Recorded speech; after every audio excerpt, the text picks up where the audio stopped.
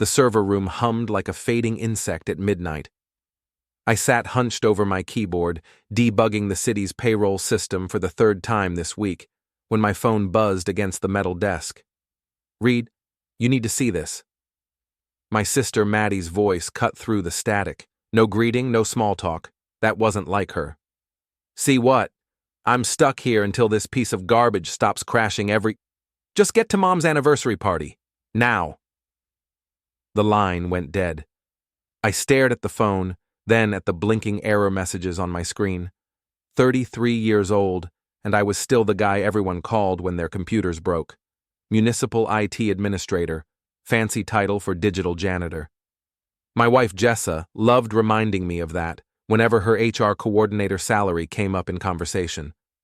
Speaking of Jessa, she'd left 3 hours ago for what she called just a quick party at her mother's place. Said she'd represent us both since I was stuck at work. Again. The drive to the Rovan family estate took 20 minutes through empty suburban streets.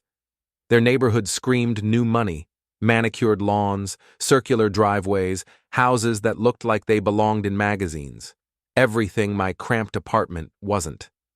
I pulled into the driveway behind a line of luxury cars. Through the floor-to-ceiling windows, I could see the party in full swing. The Rovan family knew how to celebrate.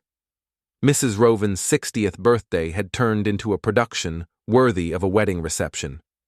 That's when I saw them. Jessa stood in the center of the hardwood dance floor, her red dress clinging to curves I hadn't touched in months. Her arms were wrapped around a man I recognized, Mallory, the realtor whose face smiled from half the bus stop advertisements in town. His hands rested on her lower back, fingers splayed possessively. They moved together like they'd done this before, many times before. The music was soft jazz, something romantic and intimate. Jessa's head tilted back as she laughed at something Liam whispered in her ear. Her hand traced the lapel of his expensive suit, the same gesture she used to make with me back when we were dating. Around them, family members stood frozen. Uncle Bob clutched his whiskey glass. Aunt Linda's mouth hung open. Jessa's cousin Sarah held her phone up, recording everything. And there was my mother-in-law, Patricia Rovan, watching the scene with the expression of someone who'd been expecting this moment for years. I stood in the doorway, keys still in my hand, trying to process what I was seeing. My wife of 4 years, the woman who'd promised to love and honor me, was slow dancing with another man at a family party, in front of everyone we knew. Jessa's eyes found mine across the room. For a split second, her face showed something that might have been guilt. Then her chin lifted in defiance, and she pressed closer to Liam. "Reid!" Patricia's voice rang out across the suddenly quiet room. "How wonderful that you could finally join us. We were just enjoying the entertainment." The word entertainment dripped with venom. Every head turned toward me. Some faces showed pity, others displayed barely concealed satisfaction, as if they'd been waiting for this moment to arrive. I could have made a scene, could have stormed across the room and confronted them both, could have demanded explanations and apologies and all the dramatic gestures that wounded husbands were supposed to make. Instead, I pulled out my phone and took 3 clear photos. Jessa's eyes widened. She stepped away from Liam, finally showing some awareness of how this looked, how this was. "Reid, it's not what you think. Really." My voice sounded calmer than I felt. "Because I think my wife is dancing with another man at a family party while I'm working late to keep our bills paid. Am I wrong?" The room held its collective breath. Liam straightened his tie and offered me a smile that belonged in a toothpaste commercial. "Hey there, Reid. Great party, isn't it? Jessa was just telling me about your computer work. Fascinating stuff."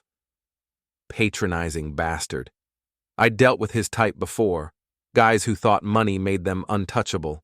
Guys who took what they wanted and smiled while they did it. I'm sure she was.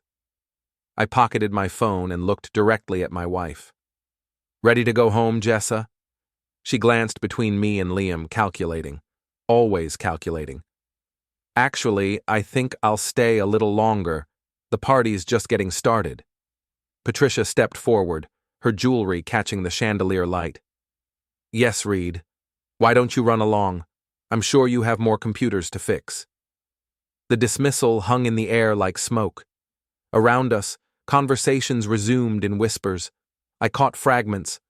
Always knew. Poor Reid. She can do better. I nodded once and turned toward the door. Reid, wait. Jessa's heels clicked across the floor behind me. Can we talk about this like adults? I stopped, but didn't turn around. Adults don't dance with other people's spouses at family parties, Jessa.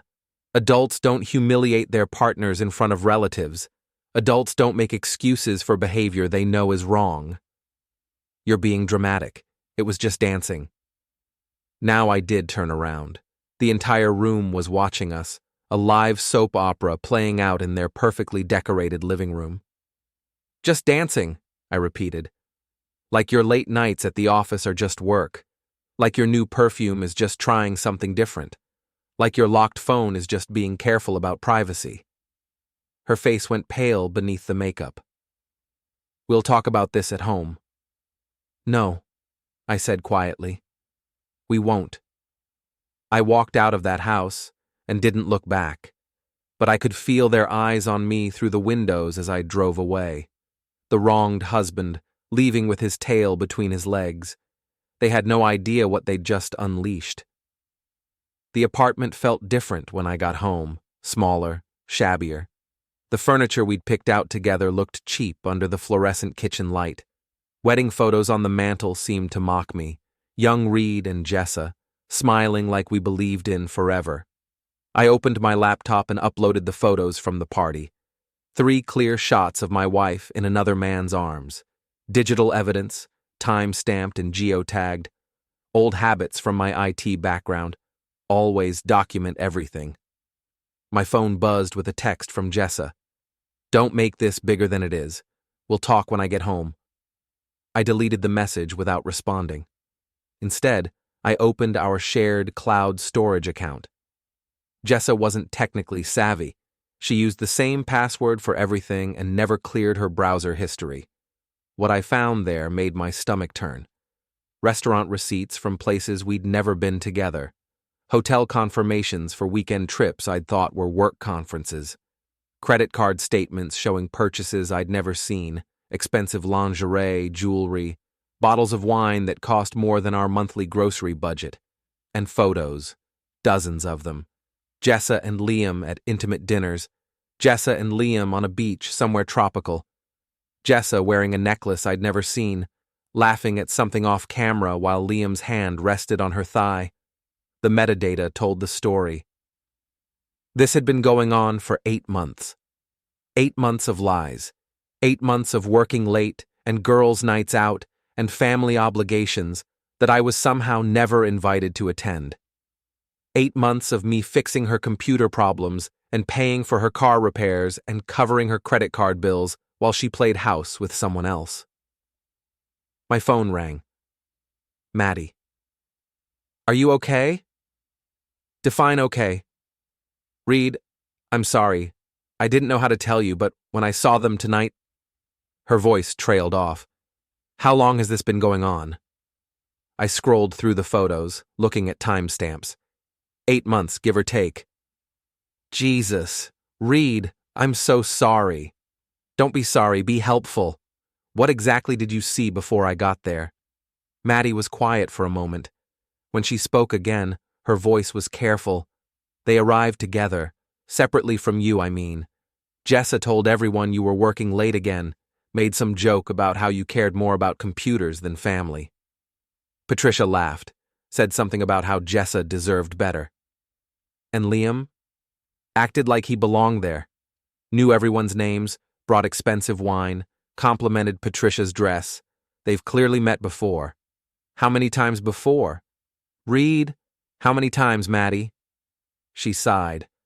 Sarah mentioned seeing them at the country club last month, and Linda said Jessa brought him to Cousin Mike's wedding in July. You were supposedly sick that day. July. I remembered that weekend. Food poisoning, Jessa had said. She'd insisted on going alone so I could rest, brought me soup and sympathy and stories about how boring the whole thing had been. Anyone else know? Most of the family, I think. They've been talking. About what? About how you two seemed distant lately. About how Jessa's been different. About how she deserves someone more ambitious. Ambitious. Code word for wealthy. The Rovan family had never thought I was good enough for their golden daughter. Municipal employee salary versus private sector success. Apartment versus house. Practical car versus luxury sedan. Thanks for calling me tonight.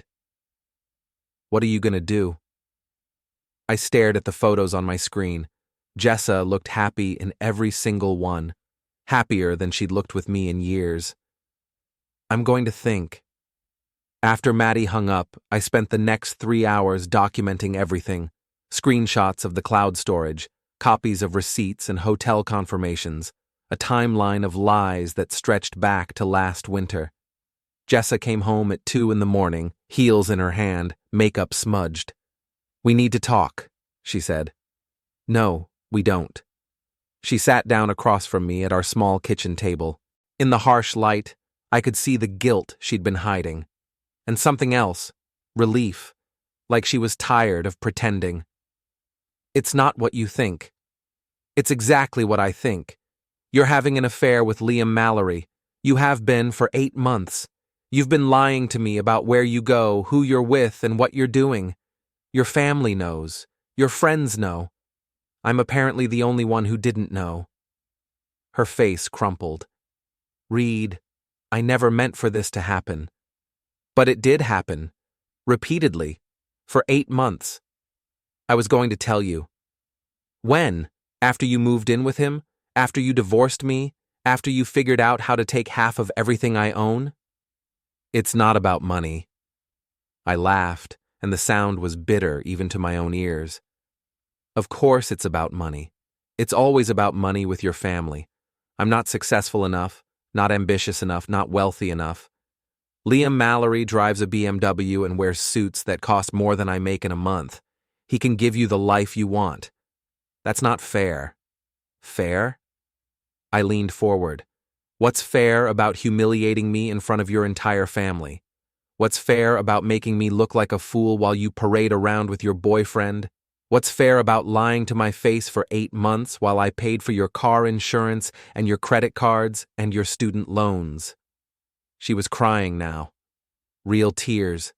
Not the manipulative kind she used when she wanted something. I do love you, Reid. But I love him too. You can't love both of us, Jessa. That's not how marriage works. Maybe marriage isn't working for me. There it was. The truth, finally. Marriage wasn't working for her because I wasn't working for her. I was the practice round, the starter husband, the guy she settled for until someone better came along. Fine, I said. Then let's end it. Her eyes widened. Just like that? Just like that. You want Liam Mallory? Go have Liam Mallory. But you don't get to have both of us. Reid, please, can't we try counseling? Can't we work through this? I pulled up the photos on my laptop and turned the screen toward her. Her face went white as she saw herself wrapped around another man. Can counseling fix 8 months of lies? Can it fix the fact that you've been planning a life without me while pretending we had a future together? Can it fix the humiliation I felt tonight when your mother looked at me like I was something she'd scrape off her shoe? My mother doesn't. Your mother has been waiting for this moment since the day we got married. She never thought I was good enough for you. Turns out she was right. Jessa reached across the table toward my hand. I pulled it away. What do you want me to do? She whispered. I want you to pack your things and leave, tonight. Go stay with Liam or your mother or whoever will have you. But don't stay here. This is my home too. No, I said quietly. It's not. Not anymore. She stared at me for a long moment, and I could see her calculating again, weighing options, considering angles, trying to figure out how to minimize the damage to herself. Fine, she said finally. But we'll need to talk about dividing things. The furniture, the savings account, We'll talk through lawyers. Her mouth fell open. Lawyers? Reid, that's extreme. We can handle this ourselves. Like you handled our marriage? Like you handled your affair? Like you handled tonight? I shook my head. No, we're done handling things ourselves. She went to our bedroom and packed 2 suitcases. I heard her on the phone, voice low and urgent. Calling Liam, probably. Or her mother. Arranging her next move. When she came back to the kitchen, she looked different. Harder. You're making a mistake, Reid. We could have worked this out quietly, privately. Now it's going to get messy. It was already messy, Jessa. I'm just done pretending it wasn't. She left at 3:30 in the morning, suitcases in hand, without saying goodbye. I sat in the sudden silence of the apartment and began planning my next moves. The next morning brought a series of phone calls that confirmed what I'd suspected. Jessa had been busy overnight, spinning her version of events. First was Patricia Rovan, my soon-to-be former mother-in-law. Reid, I understand you've asked Jessa to leave. I think you're being hasty. Mrs. Rovan, your daughter has been having an affair for 8 months. I don't think asking her to leave is hasty. I think it's overdue. Marriage requires compromise, Reid. Jessa is young and confused. If you truly loved her, you'd fight for her instead of giving up at the first sign of trouble. First sign of trouble? 8 months of lies and cheating was apparently just a rough patch in Patricia's world. I'm not giving up, Mrs. Rovan. I'm accepting reality. Jessa doesn't want to be married to me. She's made that very clear. She made a mistake. People make mistakes. Mistakes are forgetting to pick up milk or double booking dinner plans. Affairs are choices. Jessa chose Liam Mallory over me, repeatedly, for 8 months. I'm just acknowledging her choice. Patricia's voice turned cold. You're being vindictive, Reid. This isn't like you. You're right. The old me would have begged her to stay, would have blamed myself, would have tried to win her back by becoming someone I'm not. But the old me didn't know I was married to a liar. I hung up before she could respond. Next was Tom Bradley, my closest friend since college. We'd been planning to watch the game together this weekend. Hey man, heard about you and Jessa. That sucks. Yeah, it does. But maybe you should think about this before you do anything permanent. I mean, she's hot, she's got a good job, her family has money. Guys like us don't get women like that very often. Guys like us. There it was again, the assumption that I should be grateful for whatever scraps of attention Jessa threw my way. Tom, she's been cheating on me for 8 months. So? Rich guys cheat all the time. Their wives look the other way because the lifestyle is worth it. Maybe you should consider the same thing. Are you seriously suggesting I stay married to a woman who's in love with someone else? I'm suggesting you think about what you're giving up. Jessa's connected. Her family knows people. She could help your career if you played this right. My career is fine. Come on, Reid. You're 33, and you're still fixing computers for the city. Jessa could introduce you to people, help you move into the private sector, get you a real job. A real job.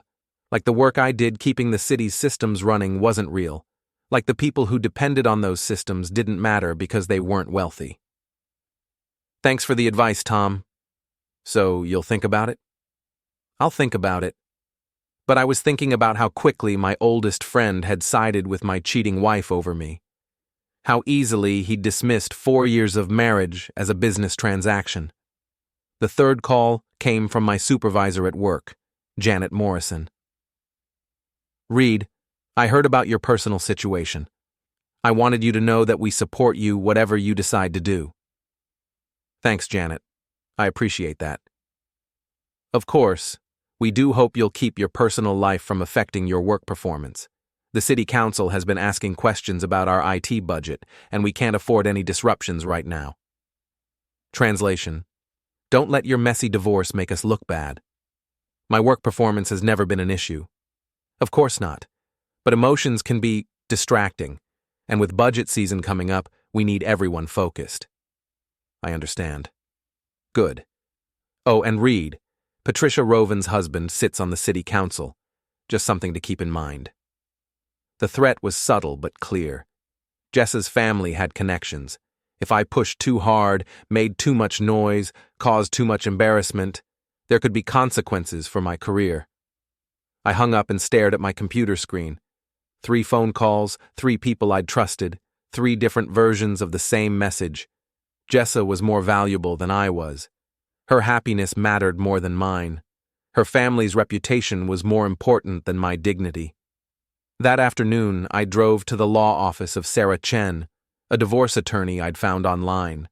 Her office was in a strip mall between a nail salon and a tax preparation service.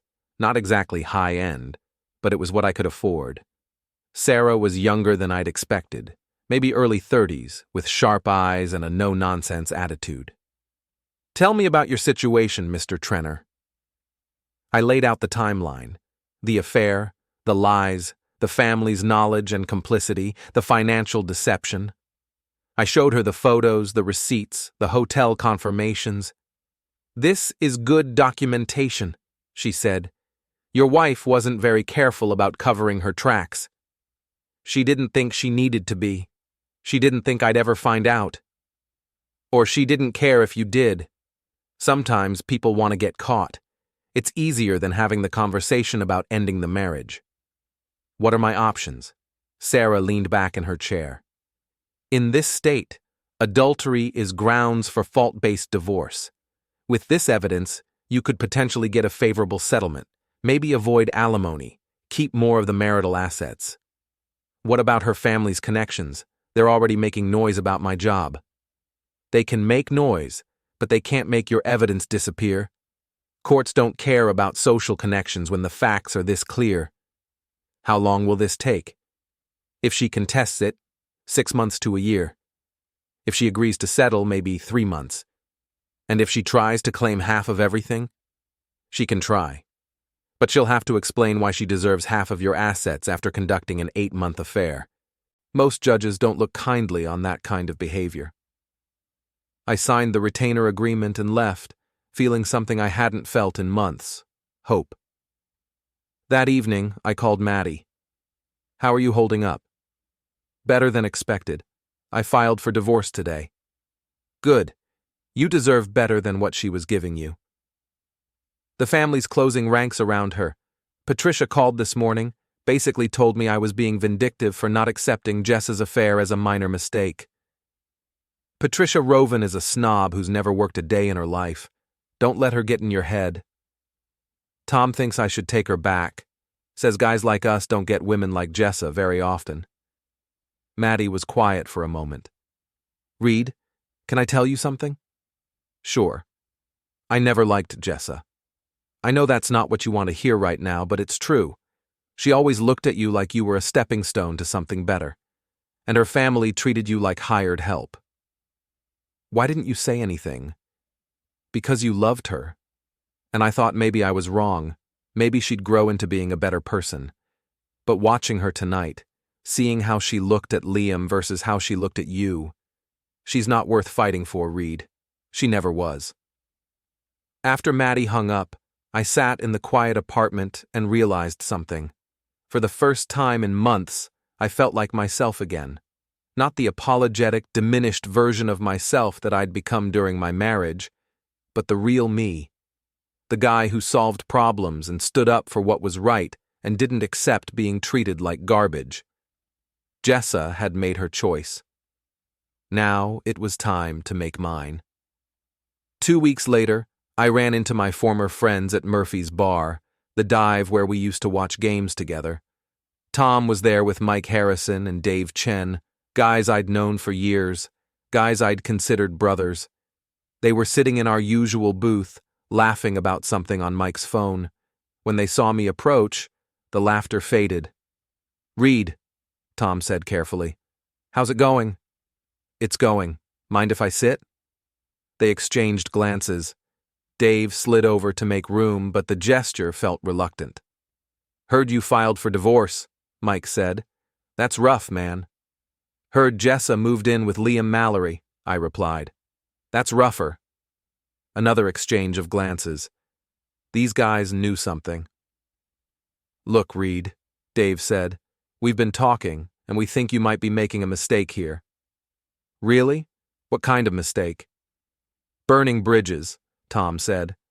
"Jessa's family has connections all over this city. Her uncle owns 3 restaurants. Her cousin runs the biggest construction company in the county.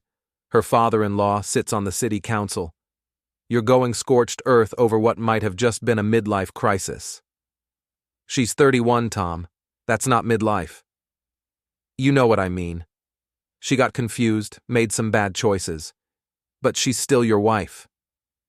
"Actually, she's not. She moved out. She's living with another man. The divorce papers were served yesterday." Mike leaned forward. "Reid, be smart about this. You could still fix things. Apologize for overreacting. Ask her to come home, work it out quietly. Her family would respect that." Apologize for overreacting? I felt something cold settle in my chest. To discovering my wife's 8-month affair? "Apologize for making it public," Dave said. "For embarrassing her family. For handling it like this instead of dealing with it privately." "It was already public. Half the city knew about her affair before I did. The only person who didn't know was me." "That's not the point," Tom said. "The point is, you're burning bridges over pride, and pride doesn't pay the bills." I looked around the table at these 3 men I'd considered friends. "Let me get this straight. You think I should apologize to my cheating wife, beg her to come home, and pretend her affair never happened?" "We think you should consider the bigger picture," Mike said. "Jessa's hot, she's connected, and she's willing to work things out. How many guys get a second chance with a woman like that?" "A woman like what?" "Come on, Reid. You know what you look like on paper. Municipal IT guy, drives a 10-year-old Honda, lives in a rental apartment. Jessa's out of your league and everyone knows it. If she's willing to come back, you should be grateful." There it was. The truth they'd all been thinking but never said out loud. I wasn't good enough for Jessa Rovan. I should be grateful for whatever scraps of attention she threw my way, even if those scraps came with 8 months of lies and public humiliation. "You're right," I said quietly. "I should be grateful." They relaxed, thinking they'd gotten through to me. I should be grateful that I found out what kind of woman I married before I wasted more years of my life on her.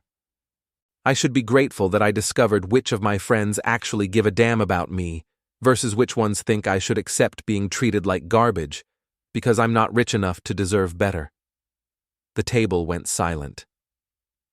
"And I should be grateful," I continued, "that I'm finding out now what you really think of me. That I'm so pathetic, so worthless, so beneath the woman I married that I should thank her for cheating on me and beg her to do it again." "Reid, that's not what we meant," Tom started. "That's exactly what you meant. You think I should stay married to a woman who's in love with someone else because her family has money and connections. You think I should apologize for having self-respect. You think I should be grateful for being humiliated because guys like me don't deserve better." I stood up from the table.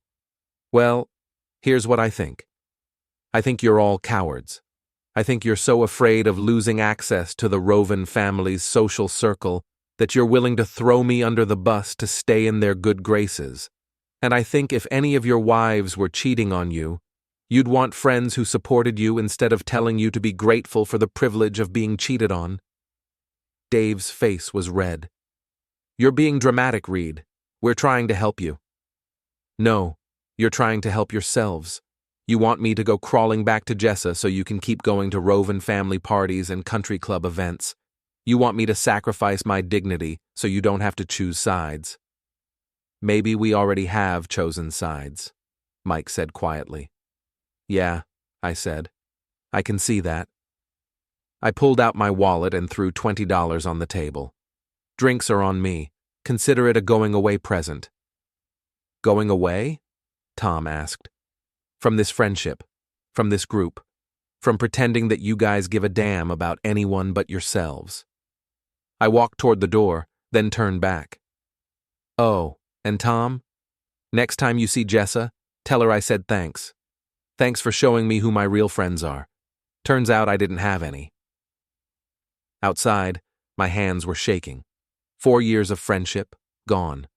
Guys I'd trusted, guys I'd supported through their own relationship problems, guys I'd considered brothers, all of them willing to throw me away to stay in the good graces of a family that had never respected me anyway. My phone buzzed with a text from an unknown number. Heard you made quite a scene at Murphy's tonight. This isn't over. Patricia, Jessa's mother. Somehow she'd already heard about the confrontation with my friends. The Rovan family network was faster than I'd expected. I texted back, "You're right, it's not over. It's just getting started." Then I drove home to my empty apartment and began planning phase 2. 3 months later, the divorce was finalized. Jessa had tried to fight for half of everything, the savings account, the furniture, even my computer equipment. But Sarah Chen had been right about the evidence. When faced with photos of her 8-month affair and documentation of her financial deception, Jessa's lawyer had advised her to settle. She got her personal belongings and her car. I kept everything else. More importantly, I kept my dignity. But the Rovan family wasn't done with me. Patricia had made good on her threat. My supervisor, Janet, had started finding fault with my work, writing me up for minor infractions, building a case for termination. The city council was asking pointed questions about IT spending, specifically about my salary. The message was clear: fall in line or face the consequences. I'd been looking for new jobs, but the market was tight, and somehow word of my difficult divorce kept reaching potential employers before I did. The Rovan network was extensive and vindictive. That's when I got the call that changed everything. Mr. Trenner, this is Marcus Webb from Tech Secure Solutions. I understand you're looking for new opportunities. Tech Secure was a cybersecurity firm based 2 hours away in the state capital. Big clients, government contracts, the kind of work I'd always wanted to do. I'm interested, I said carefully. We've been following your work with the municipal systems. Very impressive. We're expanding our team and we need someone with your skills. How did you hear about me? Marcus laughed.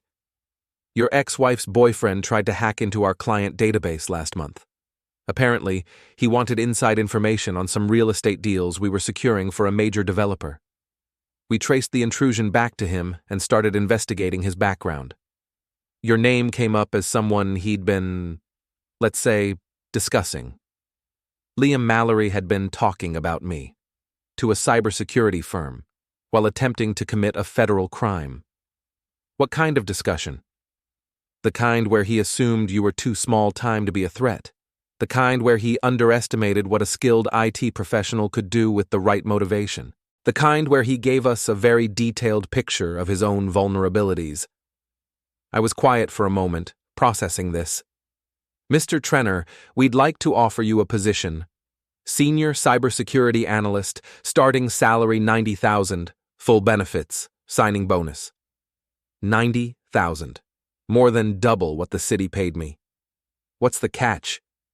No catch, but we do have a special project we'd like you to consider. A pro bono investigation into some suspicious real estate transactions in your current city.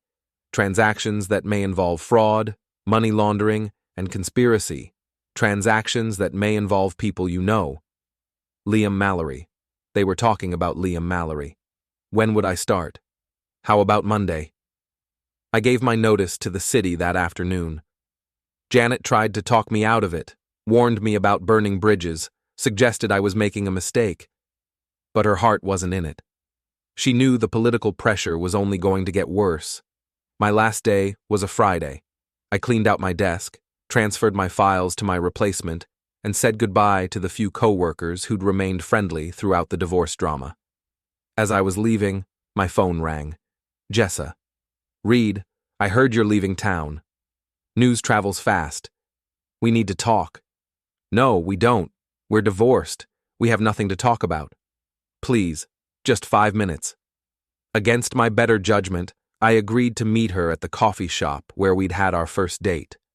Neutral ground, public space, witnesses if things went badly. She was already there when I arrived, sitting in a corner booth, looking smaller than I remembered. The confident woman who danced with Liam Mallory at her mother's party was gone, replaced by someone who looked tired and uncertain. "You look good," she said as I sat down. "Thanks. I heard about the new job. Congratulations." "Is that why you wanted to meet? To congratulate me?" She shook her head. "I wanted to apologize." "For which part? The affair, the lies, the humiliation, or the campaign to destroy my career?" "All of it. I made mistakes, Reid. Big mistakes." "You made choices, Jessa. There's a difference. I know you hate me. I don't hate you. Hate requires caring, and I don't care about you anymore. You're just someone I used to know." She flinched. "That's harsh." "It's honest. For the first time in our relationship, I'm being completely honest with you." "I miss you," she said quietly. "You miss the security I provided. You miss having someone to pay your bills and fix your problems and make you feel like a good person. You don't miss me." "That's not true." "Isn't it? When was the last time you asked about my dreams, my goals, my interests? When was the last time you showed interest in my work beyond complaining about the salary? When was the last time you treated me like a partner instead of a convenient solution to your problems?" She was crying now, but I felt nothing. No sympathy, no urge to comfort her, no desire to fix her pain. "I want to try again," she whispered. "With me or with Liam? With you, Liam and I, it's not working out." Of course it wasn't. Liam Mallory was the kind of man who enjoyed the chase more than the catch. Once he'd won Jessa away from her husband, the thrill was gone. "I'm sorry to hear that," I said, "but it's not my problem." "Reid, please. I know I hurt you, but we were good together once. We could be good together again." "No, we couldn't. Because I know who you really are now. I know you're the kind of person who lies for 8 months, who humiliates her husband in public, who enlists her family to destroy his career when he doesn't quietly accept being cheated on. I know you're the kind of person who only wants me back when her first choice doesn't work out." "People change." "You're right. I changed. I learned to value myself.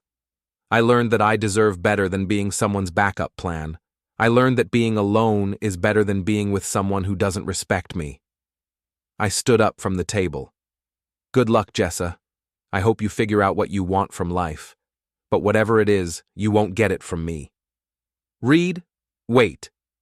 But I was already walking away.